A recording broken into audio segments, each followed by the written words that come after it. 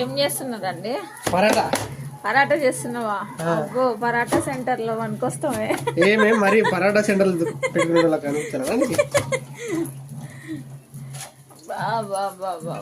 పరాటా చేసిండు.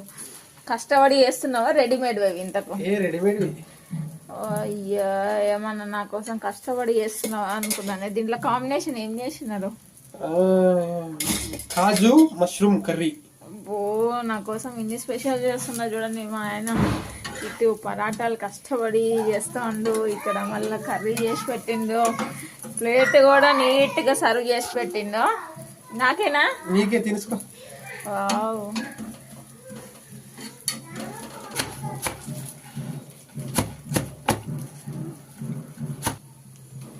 బీట్ లచ్చా పరాటా.